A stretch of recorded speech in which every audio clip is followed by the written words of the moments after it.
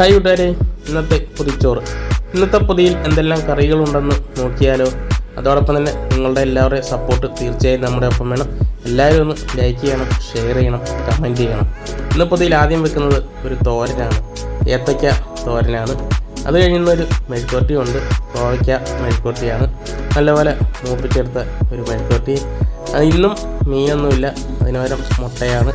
മുട്ട സവാളയോ പച്ചമുളകോ ഒന്നും ഇടാതെ മുട്ടയും ഉപ്പും മാത്രം അങ്ങനെ പൊരിച്ചെടുത്തതാണ്. നല്ല ടേസ്റ്റുമാണ്, എല്ലാവരും ഒന്ന് ട്രൈ ചെയ്ത് നോക്കണം. ഇന്ന് ചമ്മന്തി ഇല്ല, അതിനേറ്റം പുളിക്കറിയാണ്, മത്തങ്ങ കറിയുമാണ് ഇന്നത്തെ പൊതിയിലുള്ളത്. ഇത്രയുമാണ് ഇന്നത്തെ പൊതിയിലുള്ള കറികൾ.